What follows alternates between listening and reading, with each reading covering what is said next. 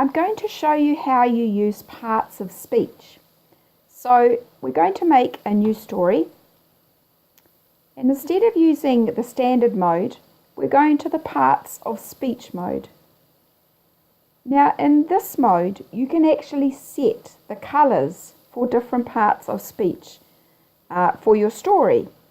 So if we go over to the colours for parts of speech button, click on that, and now you can see you can have all of the different parts of speech with different colours, or you could just decide you want to highlight the verbs, highlight the nouns.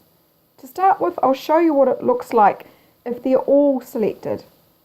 You can have those parts of speech showing in the word sets, and you can have those coloured parts of speech showing in the stories, for the words in the stories. So I think we'll go with both for the moment, and then I'm going to hit the tick button.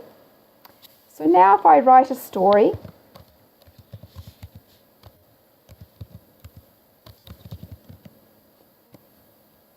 here is my sentence: I like ice cream. You can see now that I've put my I'm over the next button, it's actually showing the parts of speech there, the colours for the parts of speech. So you can do it that way. Or let's go back to colours for parts of speech, and this time let's just say we would like to highlight the noun.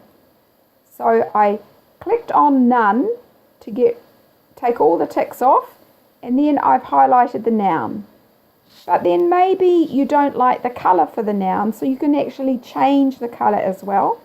So let's change the colour for noun, and I'm going to change it to brown. Here we go. I'm going to hit the tick button, and then hit the tick button, and now have a look at my story. I like ice cream, and just the noun is now highlighted. So this is a really useful tool for teaching the parts of speech for students.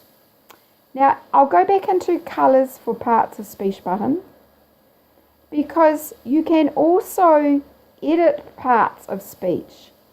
You might discover that someone has entered a word and not given it the correct part of speech.